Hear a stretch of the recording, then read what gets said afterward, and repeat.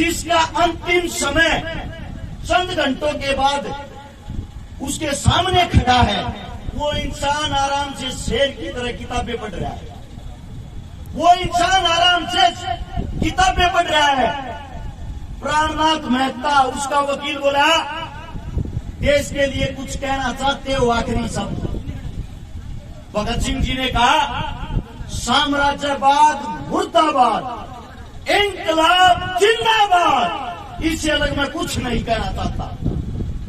ये बात होने के बाद प्राणनाथ मेहता ने देखा एक छोटा बच्चा, आज भी इसके अंदर इतना जोश, इतना लीडर, और जेल के बाहर इतने आदमी खड़े थे। अगर एक आदमी जेल की एक ईंट उठाता ना, उस जेल को तोड़ के रख देते। लेकिन हम गुलाम थे, हमारे पैरों में जंजीरें थी।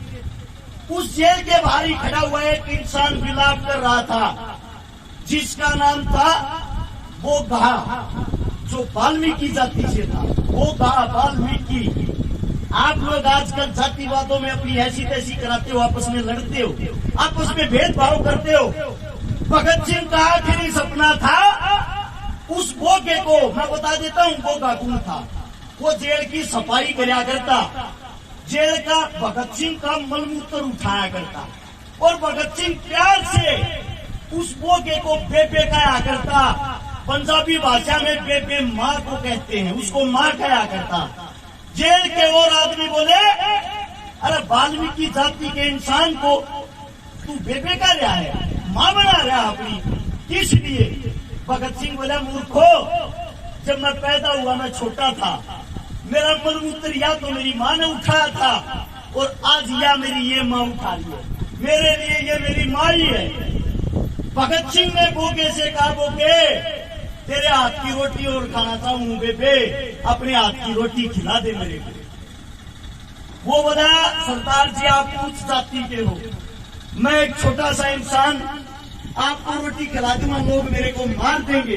भगत सिंह बोला मैं हूं ना, खाने वाला मैं हूं, तू क्यों चिंता कर रहा है? वो अपने घर से रोटी बना के लाता अपने हाथों से, और वो टूक तोड़ के एक निवाला भगत सिंह के जैसे ही मुंह में देता है। बोगे की आंखों से आंसू निकल आए। बोला रे भगते, तू किस मिट्टी का बना हुआ है? तू किस मिट्टी का बना हुआ है? लोग आपस में जातिवाद में लड़ रहे हैं और तू इतना प्यार कर रहा है सबसे। वही बोगा जेल के बाहर खड़ा था। भगत सिंह की आखिरी ख्वाहिश थी एक बारी उसके हाथ की रोटियां खाऊं। वो बाहर चिल्लाता चिल्लाता बेहोश हो गया, जेल के अंदर उसको भी नहीं घुसने दिया। जब भगत सिंह को अंग्रेज आए, वो टीम आई, फांसी के लिए लेके चल दिए। फांसी के लिए जब लेके गए, तीनों से पूछा गया तुम्हारी अंतिम इच्छा? गाली देते हुए बोला शहीद आजम सरदार, अबे कुत्तो, आखिरी इच्छा यही है, इस देश को छोड़ के चले जाओ। पहली इच्छा भी यही थी, इस देश को छोड़ के चले जाओ। हंसते हुए कहा ये तुम्हारे बस की नहीं, अपनी फांसी की तैयारी करो। 7:28 पे उन योद्धाओं को फांसी के फंदे पर चढ़ाया जाता है। 7:33 पे उनकी फांसी पूरी होती है। उस 5 मिनट के दौरान जब ये पूछा गया तुम्हारे में से सबसे पहले फांसी के फंदे को कौन चूमना चाहेगा, एक ऐसा पागल था जिसका नाम था सुखदेव। उसका कहना था मैं देश के लिए एक बार मरना चाहता हूँ। सुखदेव ने हंसते हुए कहा सबसे पहले फांसी के फंदे को मैं चूमूंगा। पहले सुखदेव का नंबर, फिर भगत सिंह का, फिर राजगुरु का। बाहर उसकी माताजी खड़ी थी। उसकी माताजी ने कहा था बेटा, जिस फांसी के फंदे को तू अपनी दुल्हन कहता है, जब वो तेरे गले में डल है, तेरी आवाज मेरे कानों तक सुनाई देनी चाहिए। ये बताया जाता है उस वक्त भगत सिंह ने इंकलाब जिंदाबाद का नारा इतने जोर से लगाया था, बाहर खड़े 1 लाख आदमियों को साथ सुनाई दिया था। उनको मृत घोषित करके हमारे देश के जवानों को, हमारे देश के क्रांतिकारियों को उनके टुकड़े टुकड़े कर दिए। उनके टुकड़े टुकड़े करके सोचा इनको जेल के अंदर चलाओगे, बाहर पब्लिक को पता लग जाएगा।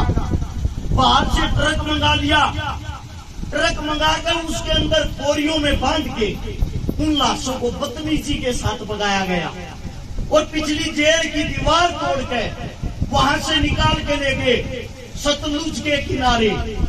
सतलुज के किनारे जब लेके गए वहां के गांव जाग गए और उन अंग्रेजा का हमला बोल दिया। आधी कच्ची जो लाश थी उसको वहां से वापस निकाल दिया। जिनका पूरा शरीर सड़ा नहीं था, अंतिम संस्कार हुआ नहीं, उसको निकाल के अगले दिन की जब सुबह होती है सबको पता लग जाता है हमारे बीच भगत सिंह, राजगुरु, सुखदेव नहीं रहे।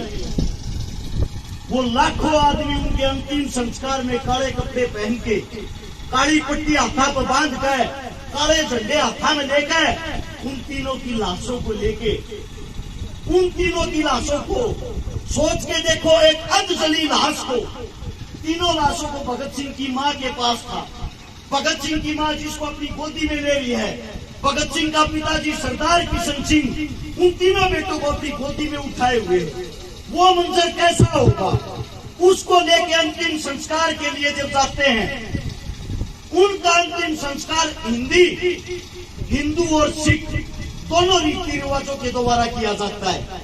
वहां पे लेकिन सबसे पहले जो नवज पढ़ता है, नवज पढ़ने का काम किया वो मौलवी ने किया। उसके बाद ब्राह्मण ने उनके अंतिम संस्कार का क्रियाक्रम किया। और एक आज का समय है जो हमें एक करने के लिए इस देश को छोड़ के चले गए, जिनकी लाशों का बदला आज तक नहीं लिया गया, आज तक उनको शहीद का दर्जा नहीं मिला, आज तक उनका कहीं जिक्र नहीं होता, आज तक कोई भी पार्टी उनके विचारों पे नहीं चल पाई। उनके सबसे पहले विचार थे हम सब एक हैं, हम सब इंसान हैं। कोई भी सरकार आए आप लोगों को हिंदू मुसलमान जातिवाद में बांट के, धर्मवाद में बांट के लड़ाती रहेगी, आप लोगों का फायदा उठाती रहेगी। मैं आप सभी साथियों से पूछना चाहता हूं, आज इस वक्त लिम्पी नाम की बीमारी चली हुई है, सबको पता होगा। हमारी गौ माताएं कैसे तड़प तड़प के मर रही है। भाजपा सरकार, कोई पार्टी वाला बैठा हो भाई बुरा मत मानना, बात को समझना और सुनना। भाजपा सरकार जब 2014 में चुनाव लड़ने आई, उन्हें कहा था गौ माता की रक्षा हम करेंगे। उन्हें करी भी गौ माता की रक्षा। कैसे करी? भारत 20वें नंबर पर था गाय का मीट बेचने में, जिसको बीफ कहते हैं। आज भारत 30वें नंबर पर है। या रक्षा करी। जितनी गाय पहले कटती थी उससे 3 गुना बढ़ गई। आज लिम्पी नाम की जब बीमारी आती है, हमारे देश का प्रधानमंत्री, हमारे देश का राजा बाहर से चीते लाता है। मैं पूछना चाहता हूँ, कहा अपने बाप की शादी में लेके जाएगा उनको? क्या कमाएंगे वे? उनके पास इस बात का कोई जवाब है? क्या काम आएंगे उनके लिए वे? हर जगह बस उनको एक ही काम है, इस लोगों को आपस में लड़ा दो, भिड़ा दो, हिंदू मुस्लिम करा दो, उसको उसका दुश्मन बना दो और तुम राज करते रहो। जो काम अंग्रेज करते थे आप लोगों को लड़ा के, वही काम आज हो रहा है, वही काम आज हो रहा है। हम आज कौन सा आजाद है? आप सबसे पूछना चाहता हूँ, आप अपने आप को आजाद मानते हो? देश को आजादी 47 में मिली थी, 1947 में। उसके पूरे 4 साल बाद 1951 में शहीद चंद्रशेखर की माता जी की मृत्यु हुई थी, देहांत होया था। चंद्रशेखर की मां, नाम देखो कितना बड़ा, देश का क्रांतिकारी योद्धा, उसकी माता जी की मूर्ति तक नहीं लगने दी थी आप लोगों की सरकार ने, आप लोगों के प्रधानमंत्री ने। पता है क्यों? इसलिए अगर इसकी मूर्ति लग गई, लगने के बाद इनकी क्रांतिकारी विचारधारा फिर ऊपर आ जाएगी। आप लोगों को नहीं पता हो, भगत सिंह, चंद्रशेखर जब हमारे बीच नहीं रहे, उनके 50,000 साथी अंग्रेजों ने ढूंढ ढूंढ के बुरी तरह तड़पा के मारे। वही हालात आज हो रखे हैं। जब आप लोगों के पास में आपका कोई साथी तड़पता है, आपकी गौ माता आज बुरे तौर से जूझ रही है, कहां चले गए भाई आज वे गौरक्षक? वे गौरक्षक जो पार्टियों में, उनकी बातें कर रहा हूं मैं, इनकी नहीं। ये जो सदैव अपना कार्य करते आए हैं, जो आज भी संभाल रहे हैं, मैं हर एक पार्टी की बातें कर रहा हूँ। कहाँ है वे पार्टियां, कहाँ है उन पार्टियों के एमपी एमएलए? सिर्फ क्या उनको राजनीति करने के लिए और वोट मांगने के लिए गाय याद आती है? कोई मुद्दा बनाना हो, भाई भाई से लड़ाना हो, तभी गौ माता को उठा लाएंगे। हर टीवी चैनल पे 3 दिन से ये चल रही है खबर, आज चीते ने इतना गया, आज चीते ने इतना भागा, आज चीता इतना तोड़े। क्या काम आएगा वो चीता? अगर वो काम आने के लिए लाए होते, काम करो, उसको संसद के अंदर ही छोड़ दो, सारे जितने निकम्मे नेता होंगे सबको खा जाएगा। यार कोई काम होता है देश के लिए, देश को डुगडुगी समझ रहे क्या? कोई भी आओ बचाओ और चले जाओ।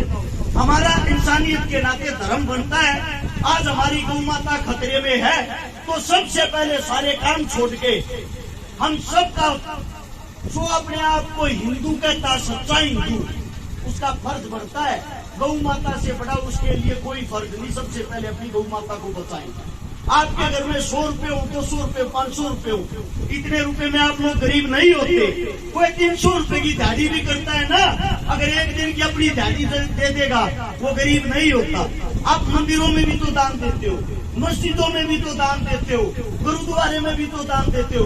आज हमारी गौ माता दान मांग रही है, हमारा हक बनता है हम उस गौ माता को दान दे। और सबसे पहले भाई कमेटी वालों को एक बात मैं कहना चाहता हूँ, सबसे पहला दान 5100 रुपए का अपनी जेब से मैं दे रहा हूँ। कोई भी आके स्वीकार कर ले, मेरे मुख से कोई गलत बात निकली हो उसके लिए मैं माफी चाहता हूँ। और पास की गौशाला से शायद कमेटी आई है, पाड़ी गांव से कमेटी आई है भाई। 5100 रुपये इस गांव को, 5100 रुपये उस गांव वालों को दे रहा हूँ। आपका बच्चा हूँ, आपके बीच कहूँ मैं कोई नेता मंत्री तो हूँ नहीं। जैसा मेरा जुबान है वैसे आपके चरणों में ये अरदास है, इसको आप प्राप्त करें।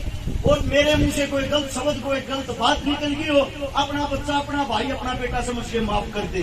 अगर मेरी बात आप लोगों को अच्छी लगी हो तो एक बारी नारा लगाएंगे इंकलाब का और गौ माता का। तैयार हो? बोलो इंकलाब, इंकलाब, गौ माता की, गौ माता की। धन्यवाद आप सबका।